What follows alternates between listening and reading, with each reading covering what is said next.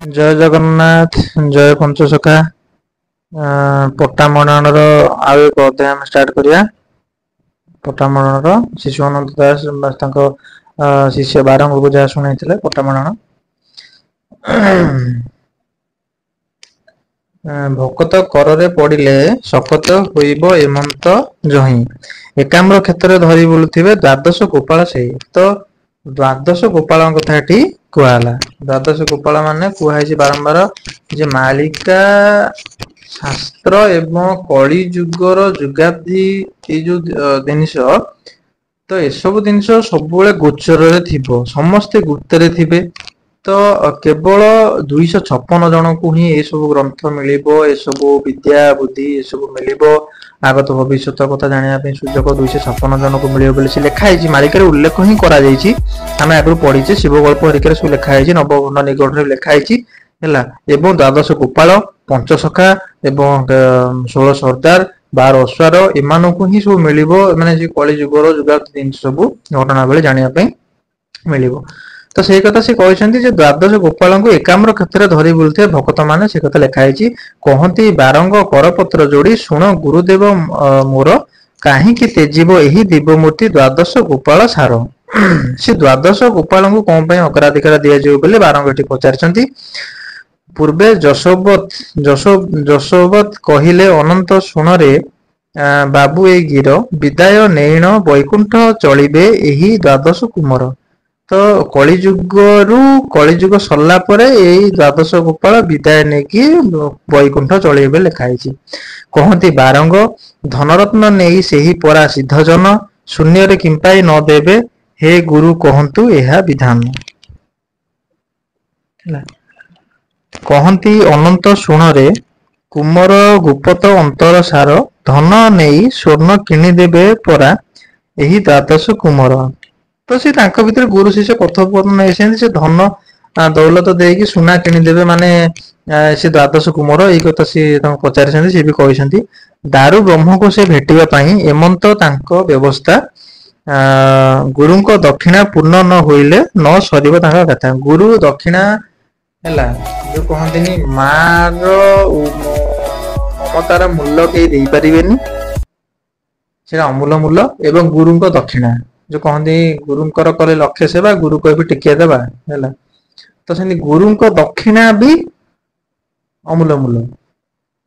तो से कथा सी कहते गुरु को दक्षिणा पाइले कुमार एमंत रीति प्रचार देला बेले ताको आशीर्वाद परा करिजिबे सिद्ध नर भोजन करिब म्लेच्छंग पराए जा करे करिबे दान भोजन करिब म्लेच्छंग पराए जा करे करे माने हाथ रे जो हाथ रे से दान करिवे विशा काले प्रभु देखा देबे जेबे जानिबु से शुभ मान।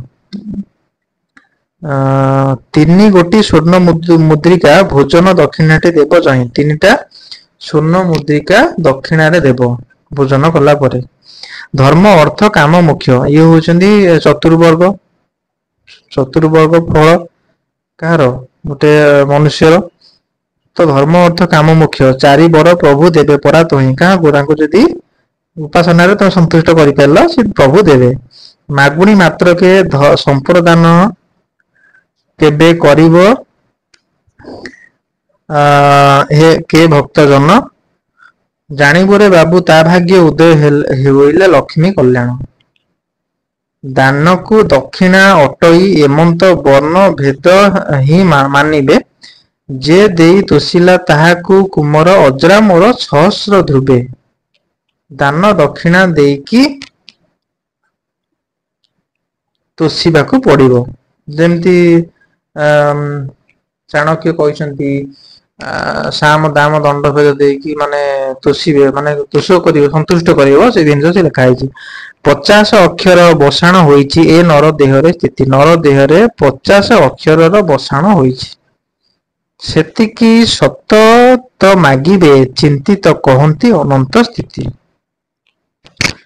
50 माने 500 50 देई शरण पशिब मुद्रिका दक्षिणा सार जानिबु से पंच सखांकर वंश अटई आरे कुमार से हो से पंच सखांकर वंश ଜ ବୋଲି କେମିତି ଜାଣିବ ସେ ବିଷୟରେ ସେ ମାନେ ସେ ଆଡ୍ରେସିଂ କରିଛନ୍ତି ଏଠି ହେଲା।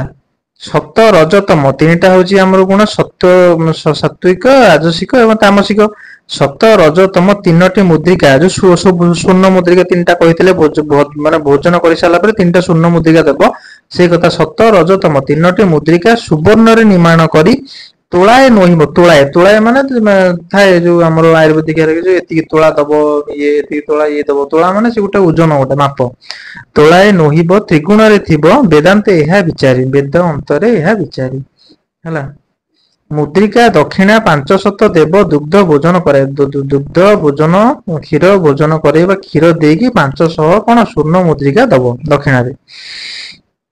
ସେ ଫଳ ଭୋଜନ ମାଗିଲେରେ ବାବୁ ଯେ ଦେବ ମରିବ ସେଇ ଫଳ ଭୋଜନ ଯଦି ସେ ମାଗିବ ତାଙ୍କୁ ଦବ ନାହିଁ ବୋଲି ଏଠି କହିଛନ୍ତି। ଷଡ଼ ତିନିଶହ ମାନେ 36 ବିଂଶେ 36 ବିଂଶେ ହଉଛି କେତେ 20 20 40 ଚାରି ଗୁଣେ ବେନି ମିଶାଇଲେ ଶେଷ। ଏଇଠି ଯୋଉ ଲେଖିଛନ୍ତି ଏଇ ଯୋଉ ଗୋଲକ ଧନ୍ଦାଠି ଲେଖିଛନ୍ତି ଏଇଟା ବୁଝିବା ମହା ମୁସ୍କିଲ ହେଲା। ଷଡ଼ ତିନିଶହ ବିଂଶେ 36 20 ଷଡ଼ ତିନିଶହ ବିଂଶେ ବିଂଶ ଚାରିଗୁଣେ ବିଂଶରେ 4 ଗୁଣ ହେଲେ କେତେ 80 ବେନି ମିଶାଇଲେ 2 ବେନି ମାନେ 2 ମିଶାଇବ ଏଇ ହେଲେ 82 ଷଡ଼ ତିନିଶହ ବିଂଶେ 36 20 ଷଡ଼ ତିନିଶହ ବିଂଶେ 36 20 ହେଲା କେତେ 56 ଇଏ ହେଲା କେତେ 56 ଇଏ ହଉଛି 80 ରେ ବି 2 ମିଶିଲେ 82 ଶେଷ କହନ୍ତି ଅନନ୍ତ ବିଦେଶୀ ହରିବେ ନ ପାଇବେ କେହି ଲସ। ଆଚ୍ଛା ବିଦେଶୀ ହରିବେ ଇଏ କହନ୍ତି ବିଦେଶୀ ଏଇ ଅଙ୍କରେ ଆଇଦର ବିଦେଶୀ ଲୋକ ଆସିକି ଆମ ଭାରତକୁ ହରଣ କରିପାରନ୍ତି କିମ୍ବା ବ୍ରିଟିଶ ସାମ୍ରାଜ୍ୟ ଯୋଉ ଆମ ଆଗରୁ ଯୋଉ ଆମେ ବ୍ରିଟିଶ ଅଣ୍ଡରରେ ଥିଲେ ସେମାନେ ନେଇ ଯାଇଛନ୍ତି ଏଇ ଦିଟା ଭିତରୁ କୋଉ ଗୋଟାଏ ହବ। କିନ୍ତୁ ଯୋଉ ଅଙ୍କର ଗୋଲକ ଧନ୍ଦାରେ ବହୁତ ମାନେ ଇଏ ଯୋଉ ଲେଖା ହେଇଛି ଷଡ଼ ତିନିଶହ ବିଂଶେ ବିଂଶ 4 ଗୁଣେ ବେନି ମିଶାଇଲେ ଶେଷ। 50 ଭାରତ ବର୍ଷର କନ୍ଦଳ ଏଥିରୁ କରିବୁ ସାର। 50 ମାନେ 1950 1947 ତ ଯୋଉ ଭାରତ ଇଏ ହେଲା 50 ଭାରତ ବର୍ଷର କନ୍ଦଳ ଏଥିରୁ କରିବୁ ସାର। ଗୋଟିଏ ରହିଲେ ଏକାଦଶ ଗଲେ ମରିବେ ବିଦେଶୀ ପଲ। ଗୋଟିଏ ରହିଲେ ଏକାଦଶ ଗଲେ ୟା ମାନେ କଣ? ଗୋଟିଏ ରହିଲେ ମହାତ୍ମା ଗାନ୍ଧୀ ରହିଲେ 11 ଗଲେ 11 ଗଲେ ମାନେ କଣ ବ୍ରିଟିଶ ନା ଗୋଟିଏ ରହିଲେ ଏକାଦଶ ଗଲେ ମରିବେ ବିଦେଶୀ ପଲ। ଦଳ ଦଳ ହୋଇ ବିଦେଶୀ ମାଡିବେ ସ୍ୱଦେଶ କରିବା ପାଇଁ ଗୁପ୍ତରେ ପ୍ରଭୁ ଲୀଳା ଆଚରିବେ ଏକାମ୍ର ଭୁବନେ ରହି। ଆଚ୍ଛା ପଟ୍ଟା 8 ପଣ ଚକଡା ଦିଗୁଣ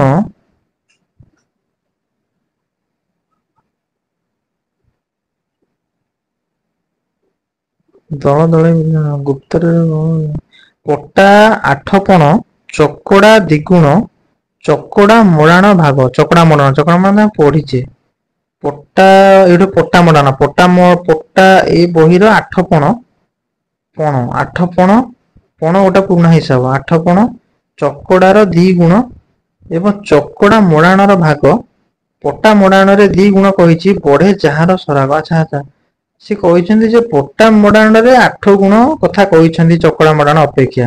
ଆଚ୍ଛା ବାଣିଜ୍ୟ କରଣେ ଦେଖାଦେବେ ପରା ଏହି ଦ୍ୱାଦଶ ଗୋପାଳ। ବାଣିଜ୍ୟ ଏବଂ କରଣ ମାନେ ବାଣିଜ୍ୟ କରନ୍ତି ନା କଣ ବାଣିଜ୍ୟ କରଣେ ନା ବାଣିଜ୍ୟ କରିବେ ଦ୍ୱାଦଶ ଗୋପାଳ। ଠିକ ପାଣି କଖାରୁ କିଏ ବିକୁଥିବ ବସି କିଏ ବିକୋଇ ଆଚ୍ଛା ଦ୍ୱାଦଶ ଗୋପାଳ ମାନେ ବାଣିଜ୍ୟ କରୁଥିବେ ବେପାର କରୁଥିବେ ପାଣି କଖାରୁ କିଏ ବିକୁଥିବ ବସି କିଏ ବିକୋଇ କନ୍ଧମୂଳ। ଓଙ୍କାର ମନ୍ତ୍ର କଣ ହବ ଓଙ୍କାର ମନ୍ତ୍ରକୁ ଆଦ୍ୟରେ ସୁମରି ମହାବୀଜ ଦକ୍ଷେ ଦେଇ। ଆଚ୍ଛା ପ୍ରଥମେ ଓଁକାର ସବୁ ମନ୍ତ୍ର ଜପିବା ଆଗରୁ ତ ଓମ୍ ହିଁ ଲାଗେ ବୀଜ ମନ୍ତ୍ର। ତ ଏଇଟା କ୍ଷର ମନ୍ତ୍ର ଦ୍ଵାଦଶ ଦିନେ 12 ଦିନେ ଚିନ୍ତା କରିଦେଲେ ଗୋପାଳ ଆସି ମିଳଇ ହବିଷ ଅଛି ଆମେ ଦ୍ୱାଦଶ ଗୋପାଳଙ୍କୁ କେମିତି ଚିହ୍ନିବା ଏବଂ କେମିତି ପାଇବା ସେଇ ଜିନିଷ ଏଠି ଲେଖା ହେଇଛି।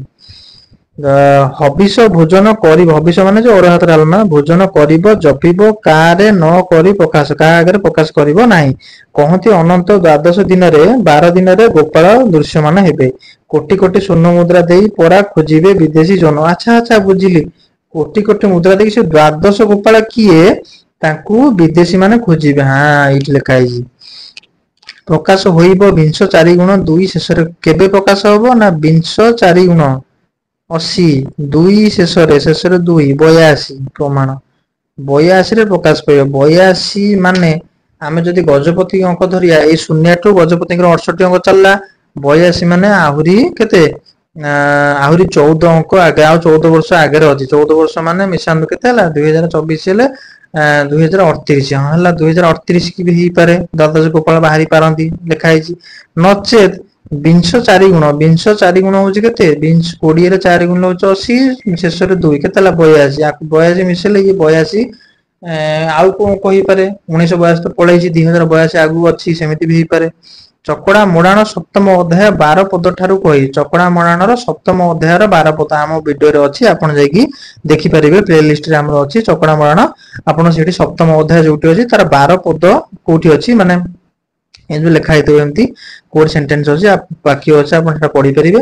12 ଚନ୍ଦ୍ରିକାରେ 16 ଚନ୍ଦ୍ରିକାରେ ତତେ ମୁଁ ଦେବି ବୁଝାଇ ହେଲା। ପହୁଡିବା ପାଇଁ ଗମିଲେ ଅନନ୍ତ 12ଙ୍କ ପଦ ସେବିଲେ, ନିରାକାର ପଦ ଧାଇଣ ଅନନ୍ତ ଗୀତ ଛନ୍ଦରେ ଭଣିଲା। ମାନେ ଗୀତ ଆକାରରେ ସବୁ ଲେଖା କହିନି ଏଇ ସବୁ ଗୀତ ଆକାରରେ ଲେଖା ହେଇଛି, ରାଗ ଏସବୁ ଥିବ ବହୁତ ରାଗରେ, କୋଉ ରାଗରେ ଲେଖା ହେଇଥିବ କଣ ଏସବୁ ଥିବ, ବଟ ଆମେ ତାକୁ ପଢିଲେ ଆମେ ଆକୁ ବୁଝିପାରିବା ନାହିଁ। ଶୁଣରେ 12ଙ୍କ ଏହି ଦିବ୍ୟ ଲୀଳା ପ୍ରକାଶ ହୋଇବ ଯହିଁ, 12 ବେନି 3 ଏକତ୍ର ହୋଇବ ସେକାଳେ ଜାଣିବୁ ତୁହି। 12 ହଉଛି କେତେ 7ଟା 12 ବେନି ହଉଛି କେତେ 2 3 ହଉଛି କେତେ 7 2 3 723 ଏକତ୍ର ହୋଇବ ଯେବେ ସେକାଳେ ଜାଣିବୁ ତୁହି। ଏ ଯୋଉ ଦିବ୍ୟ ଲୀଳା ପ୍ରକାଶ ପାଇବ 7 2 3 କଣ ଆର ହିସାବ କେଜାଣି 12 7 2 3 ମିଶେଇଲେ 7 2 9 3 12 ହଁ ହେଲା ଆଉ କଣ। 8 ବେନି 4 ମିଶାଇ ଗୁଣିବୁ କୋଠ ଧନ ମୋର ସିନା। ସେ କୋଠ ଧନ ମୋର ସିନା, କୋଠ ଧନ ମାନେ ଏଇ ଯୋଉ କଥା କୁହାଯାଇଛି ଯୋଉ ତ ଯୋଉ ଖେଦା ଏଗୁଡା ସବୁ କଥା କୁହାଯାଇଛି। ନୂଆ ପାଟଣାରେ ଯେକାଳେ ବାରମ ଉଡିବ ଭୁଜ, ନୂଆ ପାଟଣା କୋଉଠି ନୂଆ ପାଟଣା ଧ୍ୱଜା ଉଡିବ ଯେ ସେ ନୂଆ ପାଟଣା ଟା କୋଉଠି, ନୂଆ ପାଟଣା ଗୋଟେ ଜାଗା ବି ହେଇପାରେ, ଏମିତି ନୂଆ ପାଟଣା ଶହେ କେତେ କେତେ ନୂଆ ପାଟଣା ସବୁ ଥିବ ହେଲା। ତ ସେ ନୂଆ ପାଟଣା ମାନେ କୋଉଟା ରାଜଧାନୀ କଥା କୁହାଯାଇଛି ନା ଭାରତ ରାଜଧାନୀ ନା ଓଡିଶା ରାଜଧାନୀ ନା କଣ ସେଇଟା ଆମକୁ ଜାଣିବାକୁ ପଡିବ। ସେ 8 ବେନି 4 ମିଶେଇ 8 ବେନି ମାନେ 2ଟା 8 ହଉଛି 16, 16 4 ମିଶେଇଲେ 20 ମିଶାଇ ଗୁଣିବୁ କୋଠ ଧନ। କୋଠ ଧନ କଣ ତାକୁ ଗୁଣିବୁ। ଛତିଆ ବଟ ମୋ ଶ୍ରୀକ୍ଷେତ୍ର ହୋଇବ 13 ଦିବସ ସମ୍ପୂର୍ଣ୍ଣ। ଆଚ୍ଛା 13 ଦିନ ସମ୍ପୂର୍ଣ୍ଣ ହବ, ଛତିଆ ବଟରେ ତାଙ୍କ 13 ଦିନ ସମ୍ପୂର୍ଣ୍ଣ ହବ ବୋଲି କୁହାଯାଇଛି। ସେ ଏଇ ଯୋଉ ଅଙ୍କରେ ବେଦ ବରଯିବେ ବେଦାଙ୍ଗ ବିପ୍ରାଏ ମହତିଆ ନିଚ ଜନ। ମାନେ ନିଚ ଜନ ମାନେ ମହତ କେମିତି ପାଇବେ ଉପରକୁ ଯିବେ ଏବଂ ବେଦ ହେରିକା ସବୁ ବରଯିବେ କୁ ମାନେ ବେଦାଙ୍ଗ ମାନେ ଆମର ଯୋଉ ବ୍ରାହ୍ମଣ ମାନେ ବେଦ ପଢିବେ ନାହିଁ, ବର୍ଜନ କରିବେ, ଅନ୍ୟାନ୍ୟ କାମ କରିବେ ଓଷା କରିବେ ବୋଲି ଏଇଠି ଲେଖା ହେଇଛି। ବନ ଦେଉଳକୁ ପଠାଣ ପୂଜିବେ ସୁଆର ନଥିବେ ଯହିଁ ହେଲା। ବନ ଦେଉଳକୁ ପଠାଣ ପୂଜିବେ ସୁଆର ନଥିବେ ଯହିଁ। ପିଠାପୁର ଠାରେ ପାଣ ପରସିବେ କାହାକୁ ଗୋଚର ନାହିଁ। ପିଠାପୁର କୋଉଠି ଅଛି ଖୋଜିବେ ଆପଣ, ସେଠି ପାଣ ମାନେ ପରସିବେ କାହାକୁ ଗୋଚର ନାହିଁ।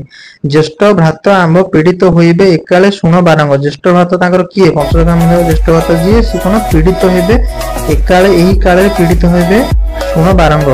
ମାନେ ଯେତେବେଳେ ପଞ୍ଚସଖା ମାନେ ଜନ୍ମ କରିସାରିଥିବେ କଳି ଯୁଗରେ ସେ କଥା କୁହାଯାଏ। ମାୟାରେ ତା କୋଷ୍ଠ ବ୍ୟାଧି ଆରମ୍ଭିବ କରାଇବେ ନାନା ରଙ୍ଗ। ଆଚ୍ଛା ଆଚ୍ଛା କୁଷ୍ଠ ରୋଗରେ ପୀଡିତ ହେବେ ବୋଲି କୁହାଯାଇଛି। ଅନନ୍ତ ମହିମା ଆରମ୍ଭିବେ ଆମ୍ଭେ ଦିବ୍ୟ ଅନନ୍ତ କେଶରୀ, ଅନନ୍ତ କେଶରୀ ହଁ ସଖା ଭାବ ଧରି ଖେଳୁଥିବେ ରଙ୍ଗ ସଙ୍ଗ କରି ପରି ହରି।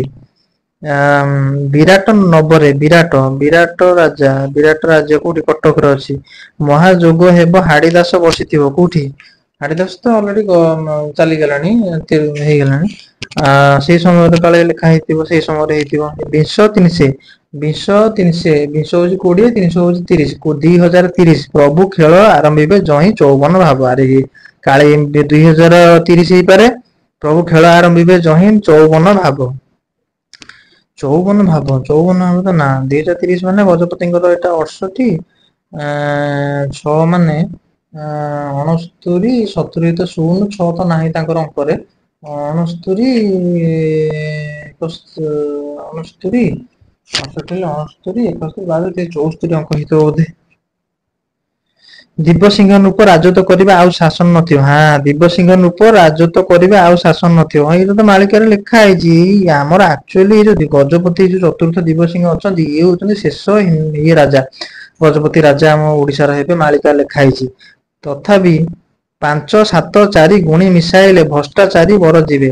5, 7, 4, 5, 7, 4 ଗୁଣି ମିଶାଇଲେ, 5, 7, 4 ଗୁଣିକି ମିଶେଇବ, 5, 7, 4 ତାକୁ 5, 7, 4 ଗୁଣି ମିଶାଇଲେ, 5, 7, 4 ଗୁଣି ମିଶାଇଲେ କେମିତି ମିଶେଇବ? 5, 7, 4